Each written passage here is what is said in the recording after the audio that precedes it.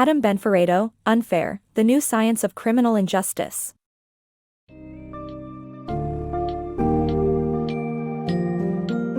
In Unfair, The New Science of Criminal Injustice, Adam Benforado sheds light on the deep-rooted flaws in the American justice system. The book delves into how our inherent cognitive biases and interpretations of situations, often based on superficial evidence, shape the outcomes of criminal cases. Benforado also indicates how mental processes, as well as various psychological, social, and environmental factors, influence human behavior and consequently impact the criminality of individuals. Through this enlightening exploration, the book provides readers with a fascinating study of the workings of the human mind and its intersection with the justice system.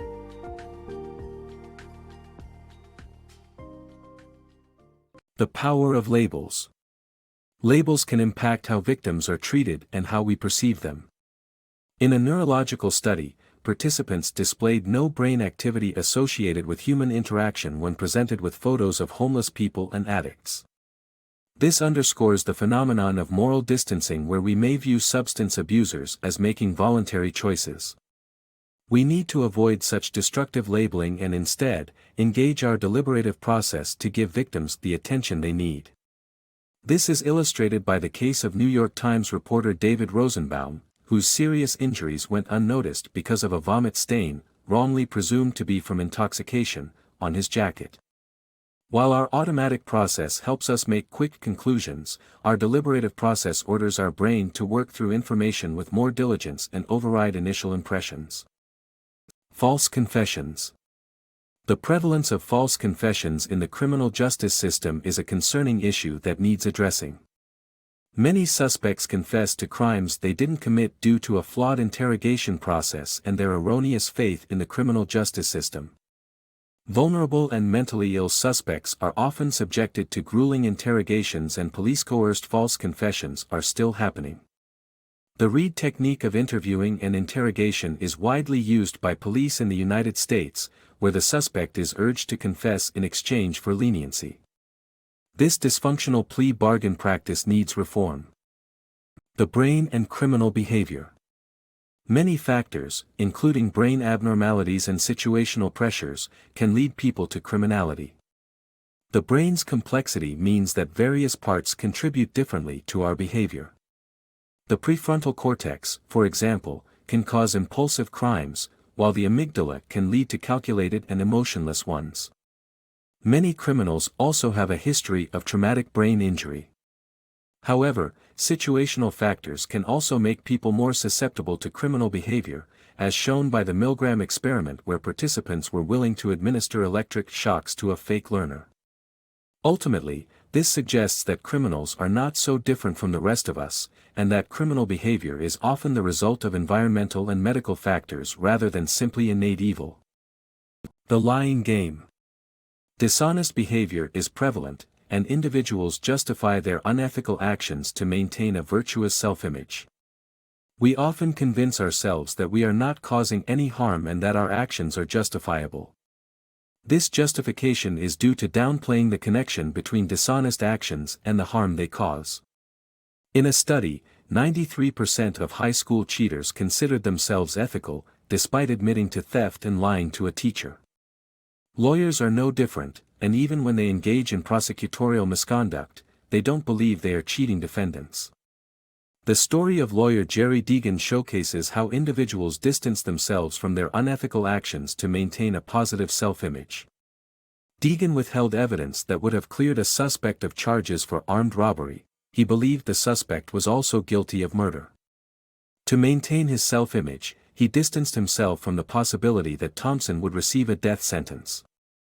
Deegan eventually confessed 9 years later, illustrating the haunting effects of justifying unethical behavior. Climate change denial and our background perspectives. Climate change denial often generates a negative reaction towards politicians who reject it. However, it is not always fair to dismiss individuals who differ in opinions from our own. Different backgrounds shape our perspectives, leading to various interpretations of evidence, sometimes challenging widely accepted conclusions. The U.S. Supreme Court once refused a jury trial because of varying perspectives on a video showing the police pursuing a 19-year-old, who became paralyzed after a deadly intervention. Research revealed that backgrounds, ideologies, and cultures mainly influenced how viewers interpreted the video. The less affluent, left-leaning, highly educated African American woman standing for egalitarianism was more inclined to blame the police, while conservative white men supporting existing social hierarchies were likely to accuse the 19-year-old. Cameras that capture events can also create bias depending on how evidence is presented. It's easier to attribute a confession to police coercion when a video only shows the suspect's responses to interrogation. Such biases, compounded with our diverse backgrounds, make it imperative to have a varied and inclusive jury to ensure justice is served and correct judgments are made. The unreliability of eyewitness testimonies. Eyewitness accounts are a primary source of evidence in the U.S. criminal justice system, yet they are extremely unreliable. John Jerome White's story is an example of how mistakes can happen even after a witness spends a significant amount of time with the attacker. Every year, 77,000 innocent people are charged with crimes simply because an eyewitness picked them out of a lineup. Erroneous eyewitness identifications are one of the primary causes of wrongful convictions. The justice system doesn't take the limitations of human memory into account, which is a serious flaw. Our own motivations, expectations, and experiences also shape our memories. One study showed that eyewitness identification accuracy fell by 50% between a week and a month after an incident. The Horror Labyrinth tour demonstrated that fear can affect a person's memory. This highlights the need for a reform in the current criminal justice system to take into account the frailty of human memory. The fallibility of experts. We often believe that experts are capable of detecting lies and revealing the truth. However, studies show that both regular people and experts often fail to spot lies. Many of the conventional wisdoms such as aversion and fidgeting are misleading. People tend to rely on arbitrary cues such as facial structure and eye color to determine falsehood. Even professional expertise doesn't improve accuracy much. Jurors' blind deference to experts is called white coat syndrome. Techniques like polygraph tests and thermal imaging are not reliable or scientific. Blind faith in science can have grim consequences. A man was charged with raping and murdering his daughter due to an inaccurate polygraph test. Hence, experts are just as fallible as the rest of us, and we should be cautious about blindly trusting them. Biases in the justice system. The American justice system is built on the principle of blind justice, yet judges often show bias towards certain groups. Judges with daughters tend to favor women's rights in gender-related civil rights cases, while Democratic and Republican-appointed judges show biases towards certain groups. Lack of diversity is also a concerning issue, with white men overrepresented in courts. Additionally, judges tend to make more intuitive and less deliberative decisions as the day progresses, resulting in unfavorable rulings. To reduce the bias in the justice system, judges need to confront their biases and be open to looking back at their past cases. The dark side of justice. The U.S. justice system aims not only to prevent crime and incapacitate dangerous people but also to take revenge.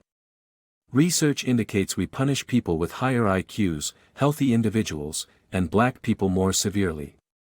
Conventionally attractive people tend to get lighter sentences, and apologizing for a misdeed can result in lower fines or no punishment. Psychologist Jeff Goodwin illustrates this point by looking at public reactions to shark attacks. The response to the attack wasn't only influenced by whether the shark had killed an innocent young girl or a middle-aged pedophile, but also for revenge. The study demonstrates that it's retribution and not reason that often drives the United States justice system. The more the desire for revenge decreases, the less severe the punishment is. Solitary confinement, inhumane and unjustified. The United States justice system is harsh, particularly in the context of minor crimes. Furthermore, it is the only Western country where capital punishment is legal, and the use of solitary confinement is still upheld. Despite arguments that solitary confinement promotes self-reflection, remorse, and deterrence of future offenders, it is, essentially, torture. Humans are social beings, and social contact is crucial for good physical and mental health. The narrative that criminals deserve solitary confinement is misleading and ignores the contextual and psychological factors behind criminal behavior. Recidivism rates in the United States have remained high, proving that the current system isn't working. In contrast, countries like Norway have a low recidivism rate, thanks to their penal system's practice of resocialization and rehabilitation. Reforming the U.S. justice system. The United States justice system is fundamentally unjust, but citizens can take action to reform it and make it fairer. However, 3 challenges will be faced in the process. Firstly, the establishment-supported notion of total objectivity must be eliminated, as it entrenches biases and leads to unfair sentences. Secondly, the way cops, prosecutors, and judges bend rules must be reformed since the country's current laws assume rational decision-making, which is rarely the case. Finally, democratizing access to legal information is necessary, as currently, only the rich exploit the system while the poor and uneducated are locked up with far more frequency. Reformation of the justice system is imperative if we want to ensure a truly fair and just society. Reforming the U.S. justice system. The biggest problem with the U.S. justice system is that Americans have become comfortable with it. Reform should start with incorporating scientific evidence to restructure the system and combat implicit racial bias. Techniques like positive image associations and simulated scenarios should be used. In addition, the system should rely less on human faculties and more on technological advancements. The practice of in-court witness identification should be eliminated, and live trials should be replaced with virtual ones. These changes would eliminate biases and lead to a fairer justice system.